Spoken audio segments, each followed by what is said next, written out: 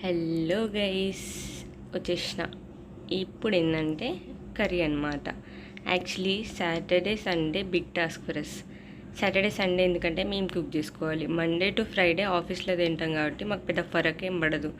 Saturday Sunday వచ్చేసరికి ఇంకా తిప్పలు పడాల్సిందే అనమాట.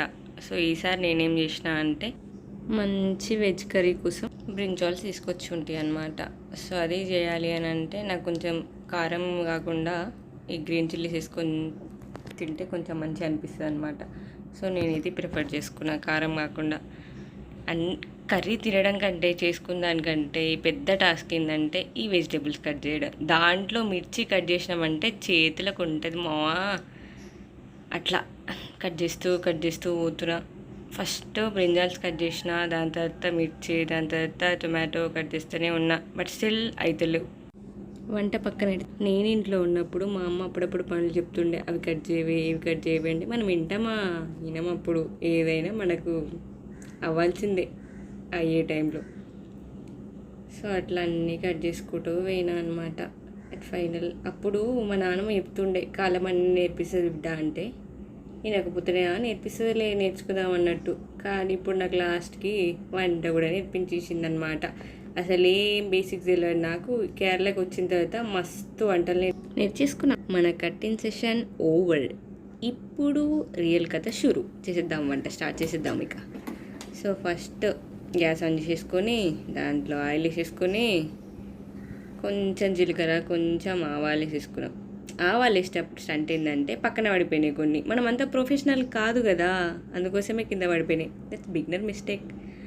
అట్లా అయిపోయినాయి. అవి కొంచెం సౌండ్ వచ్చిన తర్వాత వంట చేస్తున్నామనే ఫీలింగ్ వస్తుంది. చూడాలన్నమాట అవి పైకి వస్తున్నాయా కిందికి పోతున్నాయా అని.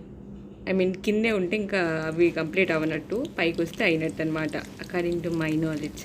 దాని తర్వాత ఉల్లాకులు వేసినాం అనమాట. ఈ ఉల్లాకులు ఎక్కడి నుండి తెచ్చినా అంటే దీనికోసం అంటుంది. దాని తర్వాత ఆనియన్ వేసేసిన. ఆనియన్ తర్వాత గ్రీన్ చిల్లీ వేసేస్తూనే ఉన్న. మస్తు గ్రీన్ చిల్లీ ఉండాలి అనమాట, కొంచెం కారం తక్కువ ఉండాలి. మనం స్పైసీ తింటాం కదా బేసిక్లీ. సో అట్లా ఆ వంకాయలన్నీ పడాలంటే కొంచెం గ్రీన్ చిల్లీ ఎక్కువనే తీసేసుకోవాలి. వేస్తూనే ఉన్నాం. వేసేప్పుడు జాగ్రత్త, వేసేప్పుడు అనుకోకుండా టమాటోస్ కూడా పడ్డాయి.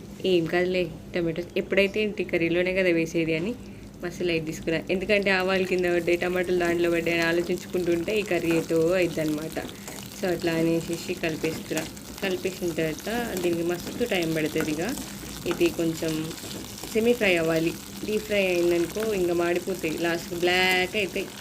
అందుకోసమే సెమీ ఫ్రై అయిన తర్వాత చూద్దాం. దాని తర్వాత సాల్ట్ వేసుకోవాలి. సాల్ట్ ఎంత వేసుకోవాలంటే కొంచెం తక్కువనే వేసుకోవాలి, ఎందుకంటే తర్వాత అడ్జస్ట్ చేసుకోవచ్చు. కానీ ముందే ఎక్కువ వేసుకున్నామంటే అస్సలు తినలేము, అది ఎంత మంచిగా చేసుకున్నా కూడా. సో చూసి ఆచి తూచి వేసుకోవాలి అన్నమాట. అట్లా వాటిని కొంచెం ఫ్రై అవనిద్దాం. సో ఇవన్నీ వంటలు చూస్తుంటే మా అమ్మ అసలు ఎంత ఖుషిగా ఫీల్ అవుతుందో బేసిక్లీ. ఎందుకంటే మనకు రాదు కదా ఏం, ఇక్కడికి వచ్చిన తర్వాతనే కదా ఇవన్నీ చేయడం. అమ్మ వినిపిస్తుందా? చూడవే నేను ఎట్లా వేస్తున్నానో వంటలు. ఇక జింజర్ గార్లిక్ పేస్ట్ యాడ్ చేసుకుందామా. దీని తర్వాత మంచిగా మిక్సప్ చేయాలి అన్నింటినీ. ఆ జింజర్ గార్లిక్ పేస్ట్ అన్నింటికి పట్టాలి కదా, సో పట్టకపోతే బాగోదు.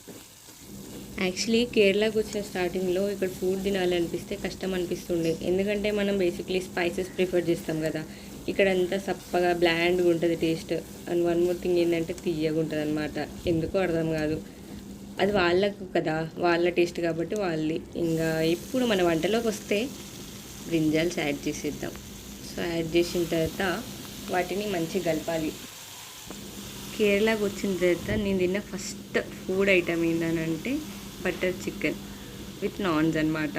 సో మన తెలంగాణలో ఎట్లుంటుంది, స్పైసీగా మస్తు ఉంటుంది కదా. ఇక్కడ తినేసరికి ఏదో స్వీట్ తిన్న ఫీలింగ్ వచ్చింది. అప్పుడు అర్థమైంది అమ్మ అని కొత్తగానే బీజం వెనుక గుర్తొచ్చింది. ఎందుకంటే మా అమ్మలు ఎంత మంచిగా చేసి పెట్టినా మనకు ఒక్కోసారి ఏంది ఇది ఎట్లా తింటామే అది ఇది అంటాం కదా. అయినా ఇప్పుడు ఆఫీస్లో మండే నుండి ఫ్రైడే వరకు అసలు ఆ ఫుడ్ తిని సాటర్డే సండే రోజు మన కైండ్ ఆఫ్ ఫుడ్ తింటే భలే ఉంటుంది. అప్పుడు మన టేస్ట్ బడ్స్ యాక్టివేట్ అవుతాయి అన్నమాట, నాకైతే పర్సనల్లీ. దీని తర్వాత ఇక వంటలోకి వస్తే కొంచెం అంతా టర్మరిక్ వేసేయాలన్నమాట. సేమ్ యాజ్ ఇట్ ఈజ్ అన్నీ కలిపేసినట్టే దీన్ని కూడా కలిపేయాలి మంచిగా, కలర్ మొత్తం స్ప్రెడ్ అయ్యేటట్టు కలిపేసిన తర్వాత ఇంకొంచెం సేపు బేక్ చేసినామంటే అయిపోయింది. ఇంకా లాస్ట్లో బేక్ అయిన తర్వాత కొంచెం ధనియా పౌడర్ వేసుకుంటే టేస్ట్ బాగుంటుంది అనమాట. అది ఆప్షనల్, వేసుకుంటే వేసుకోవచ్చు, లేదంటే లేదు. ఇంకా ఈ కరివేపాకు, ఈ అనియన్, ఇవన్నీ చిన్న చిన్నవి మనం పెట్టుకునే అనమాట. And at last, summer resembles mango. Thank you. Take care. Bye bye, guys.